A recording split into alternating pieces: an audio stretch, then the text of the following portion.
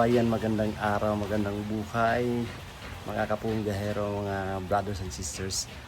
At update lang po tayo mga kababayan. So, si Sir Paul ay nandun pa sa Luzon. Baka ngayon na buwan ay babalik siya. So, inantay lang natin yung pagbalik ni Sir Paul dito mga kababayan. So, sa ngayon ay pahinga po muna. At sa katunayan yan ay meron din tayong pinupuntahan na lugar na na pwede naming mabisita ni Sir Paul pag babalik niya dito. So sa ngayon mga kababayan, update lang po tayo. Ngayon ay grabe, ang dami na naman pong boxes or mga packages na dumating. Sa katunayan na yan, yan may mga bago na namang dumating ngayon pa, ang dami. Ang dami na naman na balikbayan boxes. So ito, ngayon lang to dumating. Ayan, galing to kay Ma'am Elinita Manzano. Ayan.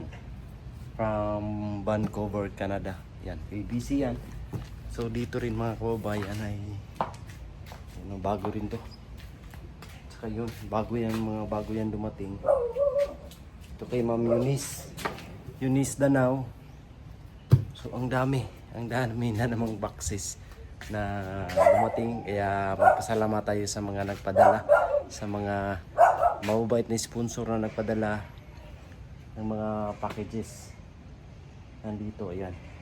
Ito ay nasa ano na to, 2, 4, 6, 8, 10, 11 boxes. So ang gagawin ko ngayon ay i-arrange natin. So hindi lang natin buksan. So i-arrange natin para hindi siya mabasa ng ulan, kasi pag malakas yung ulan, abot dyan yung tubig. Kaya ang gagawin ko is i-arrange natin. So antayin lang natin yung hudyat o ang utos ni Sir Paul na kung saan to dadalhin ng mga packages na to. Kaya sa ngayon, isi-save lang po muna natin para hindi siya masira yung mga laman, hindi mabasa ng ulan, at saka yung mga nandyan sa loob ay hindi masisira. Kaya tara, arrange muna tayo. I-ano muna natin, ilagay natin sa tamang paglagyan, at lagyan natin ng trapal para hindi mabasa. Tara, let's go.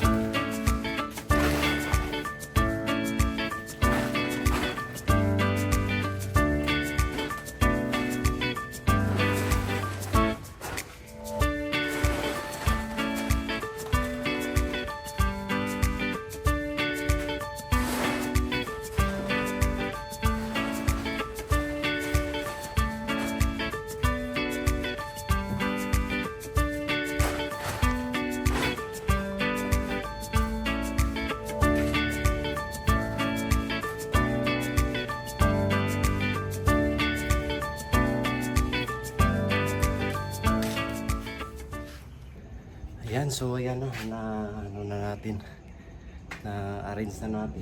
So hindi na yan mababasa mga kababayan. Mayroon namang bubong dito. Tapos may trapal. So hindi na yan makaabutan ng tubig. Diyan. Inano lang natin.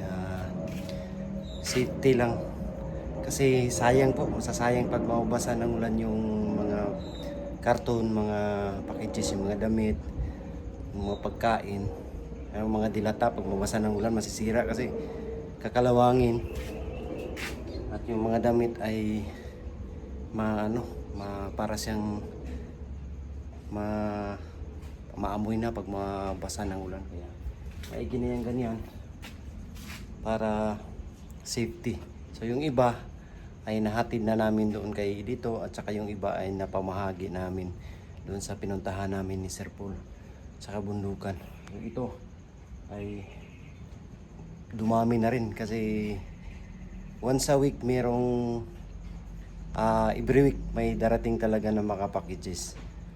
Kaya dito na natin na pinadiretso para hindi na tayo mahirapan mag-claim. So yung iba kiniklaim pa rin natin. Yung iba matagal na kasi mga kababayan. Kaya hindi pa nakuha.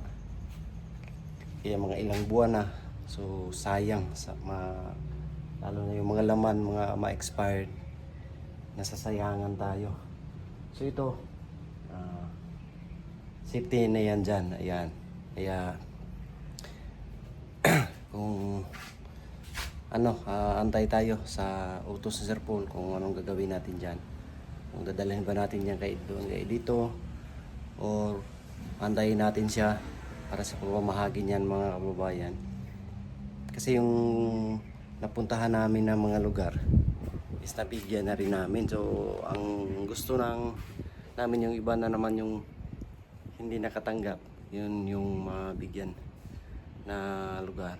So ang pangunahing pangangailangan talaga nila is pagkain. Yung hinahanap-hanap nila, ang mga damit ay nakatanggap naman na sila. So yung pagkain talaga mga kababayan, yung mga noodles, yan bigas, yan talaga yung nila, hinahanap-hanap, yung mga dilata, sardinas. Malaking tulong kasi yan sa kanila mga kababayan sa hirap ng buhay doon sa bundok is mabigyan sila ng mga pagkain. Laking tuwa nila yan mga kababayan. Sa ngayon ay yan lang po muna yung ating ginagawa. So habang papahinga tayo dito, nagre-receive din tayo ng mga packages na dumating para sa mga kababayan natin, mga katutubo. Kaya thankful tayo, thankful ang team na may mga kababayan tayo na malalaki yung puso, may mga mabuting puso na laging nagpapadala ng mga packages para sa ating mga kababayan katutubo na nasa kabundukan. Kaya maraming salamat sa inyong lahat po, mga kababayan. So ayun lang, at abangan nyo lang po palagi mga kababayan ng aming kaganapan, ng aming pagmimisyon. So lagi kaming pupunta ng bundok pag nandito si Sir Paul, at hindi namin sinasayang yung panahon at pagkakataon mga kababayan. Pag malakas pa, lagi kaming naghahanap sa iba't ibang lugar dito sa Mindanao, particularly sa Mindanao, sa Bukidnon, sa Davao, kahit saang ditong lugar mga kababayan. At kung may makapagsabi sa amin kung meron kayong mga deserving na matutulungan, so isin nyo lang po sa atin. Wag lang yung sa Luzon, so dito lang sa Mindanao na kayang puntahan ng team, mag-share kayo ng videos ng kalagayan na nila na kailangan talaga na mabigyan ng tulong ng bumibiyahero. So isin nyo lang po at tingnan namin o isisend ko kay Sir Paul kung talagang deserving na matulungan po. Ayan lang po mga kababayan. Maraming salamat po sa inyong lahat na pagsuporta. Patuloy nyo rin pong suportahan ang Pugong Biyahero team sa pangunguna po ni Sir Paul. Ayan. Shout out po kay Tita Luisa at kay Tito Sergio Ayan, thank you so much kay Tita Pibilab. Ayan, maraming salamat. Lalo na kay Sir Paul. Ayan. Lagi nyo lang po suportahan ang PB Team Davao na ang ating munting channel, ang PB Team Peter Paul. Subscribe nyo po at i-follow nyo po ang ating Facebook page. Siyempre kay dito, Piking Bumbay, kay PB Panday, Madam Yola, at Tito Herns, kay Renz Vlog. Ayan, at sa iba pa mga kababayan sa hindi ko na mention. Alam niyo na po kung sino sila. Ayan, support na lang po. Ayan lang. Thank you so much sa inyong lahat. God bless, we love you all. Bye-bye.